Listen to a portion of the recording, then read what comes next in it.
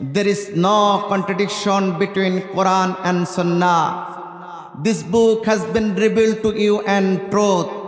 British Parliament Secretary Mr. Gladstone say, so long as the Muslims have the Quran, we shall be unable to dominate them. We must either take it from them or make them lose their love of it. চিৎকার দিয়ে বলুন আল্লাহু আকবার। কোরআন এবং সুন্নাহর ভিতরে কোনো দ্বন্দ্ব নেই, বরং এই কোরআন মানুষদেরকে হেদায়েতের পথ দেখায়। এই জন্য British parliament secretary for colonies mister গ্লাডস্টোন বলছেন, যতদিন পর্যন্ত মুসলমানদের হাতে আল্লাহর কোরআন থাকবে ততদিন পর্যন্ত মুসলমানদেরকে কেউ পরাজিত করতে পারবে না।